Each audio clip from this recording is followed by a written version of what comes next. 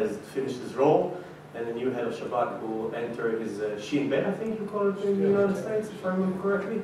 He will enter his position, and there was a very thrilling evening telling the story of what he's been doing in service for the past 35 years. And it's amazing to see how some individuals in Israel contribute so much to the individual. So I wish Yoram Cohen best of luck, and Nadav, who's replacing him, even better luck than that in leading the Shabak in the next few years to come.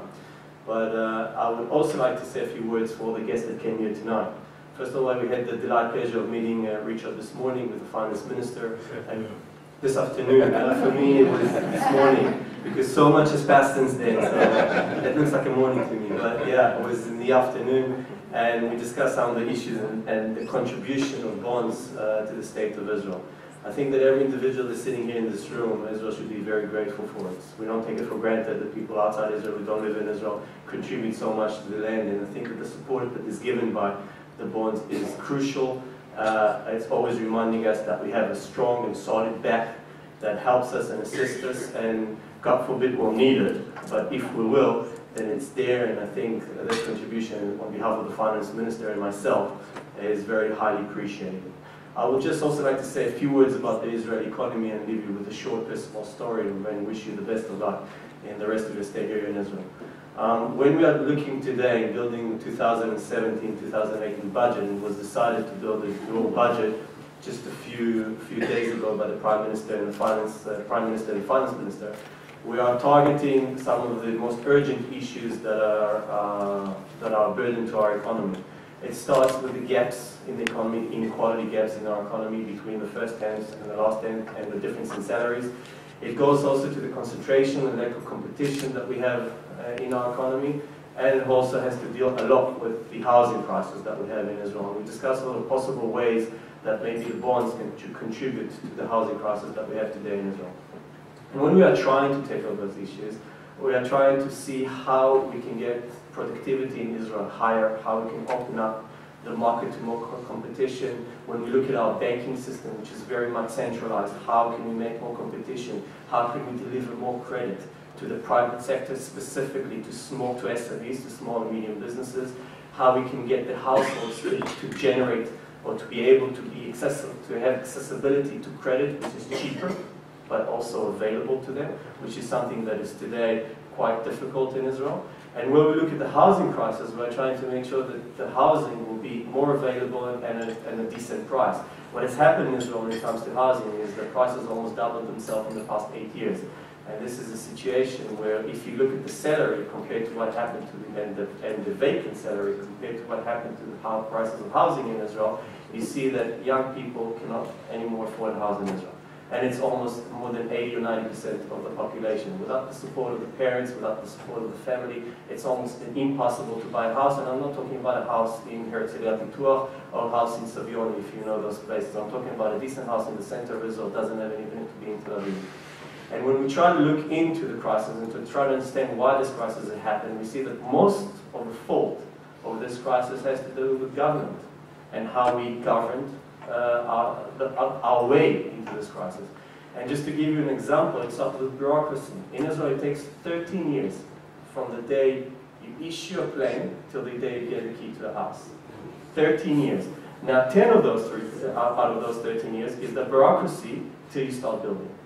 The approval of the plans from the local committees, to the district committees, to the national committees, to the land association, to the planning association, and every single different entity that had to deal with buildings in Israel. And it took 13 years. That was the first issue. So instead of bringing out to the market 50 to 60,000 units, which we should have, we only took out to the market 30 or 40,000 units, best case scenario.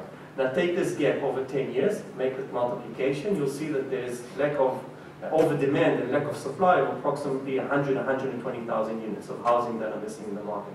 But that's just one case of it. The other problem was our bidding system. We own approximately 90 to 93% of the land. And we market the land out for units to be built. And when we looked at our bidding system, we saw that, as every government will initially think to do, you want to maximize the revenues out of the land. So your bidding system will be something as follows. So let's say you have in Afula an 1,800 unit land that you want to sell, you want to bid out. So if you learn game of theory, you'll know that you don't want to bid all 1,800 at once because then you won't get the best price. What we do, you break it out to little pieces and you sell piece by piece. Now let's say the first 100 pieces that you bid it out, the index price was 100, and then you bid it out and the contractors competed. Now let's say the contractor who won wanted the index price of 104. What will be the initial bidding price for the next 100? 104, thank you very much. Someone knows their economy. Yeah. So you're the chairman of the board, right? So now we're at so now I can sleep at night. But then that next 100 units starts at 104.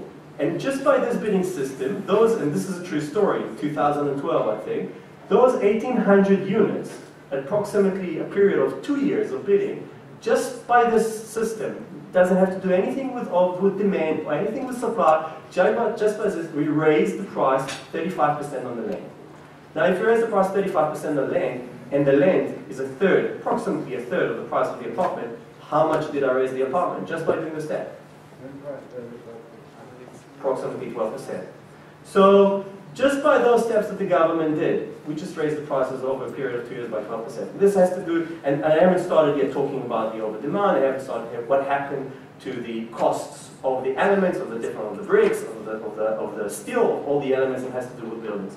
And what we've done is we said, well, we need to change that. We need to change the bidding system all over. Because who does the land belong to? It belongs to the country, but at the end of the day, it belongs to the people.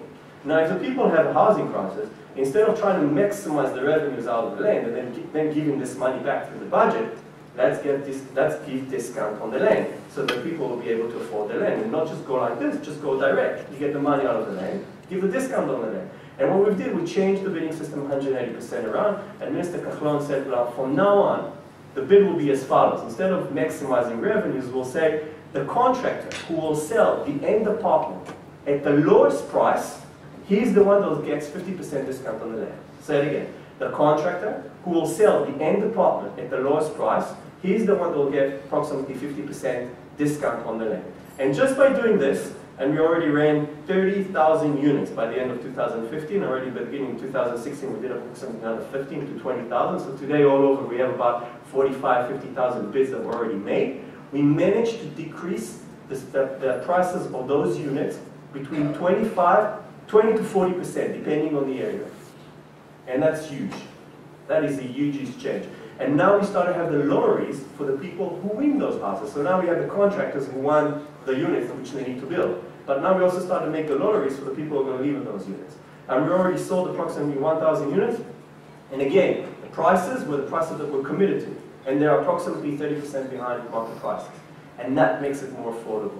So this is a little bit, I'm just giving you some of the taste of the things that we've been doing. We've also been dealing with the banks, separating the credit cards from the banks, trying to make competition in credit. We started to talk about our trade. Our trade is blocked to imports. If you work in trade in the US, you probably know this.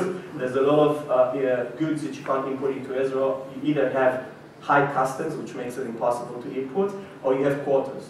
Now, what we've seen that every place where we have a concentrated market and we can't import those goods, the prices here of the local market are very, very high. Why?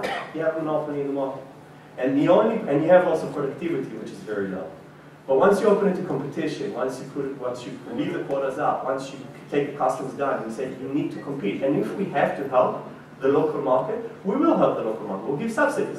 But the way is not to block competition, and then, because let's say for the farmers, if we look at the vegetables or the fishes or the meat that are imported to Israel, because we have, let's say, and I'm exaggerating here, 20,000 farmers here in Israel, we will not jeopardize 8 million people cost of living for 20,000 farmers. What we can do is we can subsidize 20,000 farmers. That will cost us less than to block competition to make sure that 8 million people and 2.5 million households will pay more for the cost of living for the goods that they buy, for the goods that they eat. And this just is some of the examples, and there are many, many things that we're working on today for 2017, 2018.